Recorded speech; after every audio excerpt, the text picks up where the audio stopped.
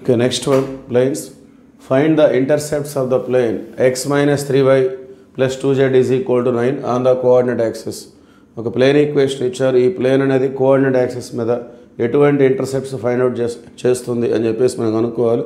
So దీన్ని మనం intercept ఫామ్లోకి మార్చుకున్నట్లయితే సో ఆ ఇంటర్సెప్ట్స్ మనకు వచ్చే అవకాశం ఉంటుంది.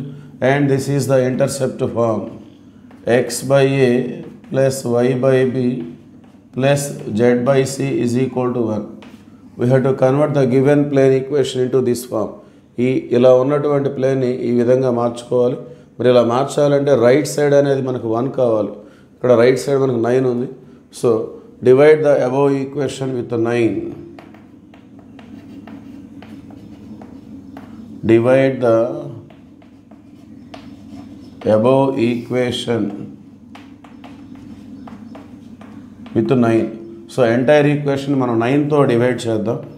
Then it become x by 9 minus 3y by 9 plus 2z by 9 is equal to 9 by 9.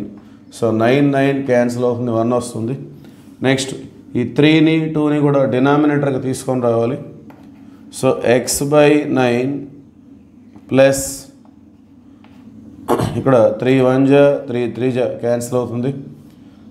y by minus 3 this can be written as plus z by 9 by 2.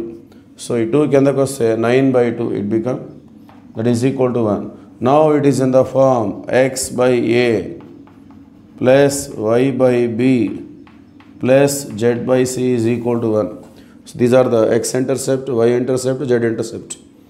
Therefore, x-intercept a is equal to 9, y-intercept b is equal to minus 3, z-intercept c is equal to 9 by 2. So those are the intercepts.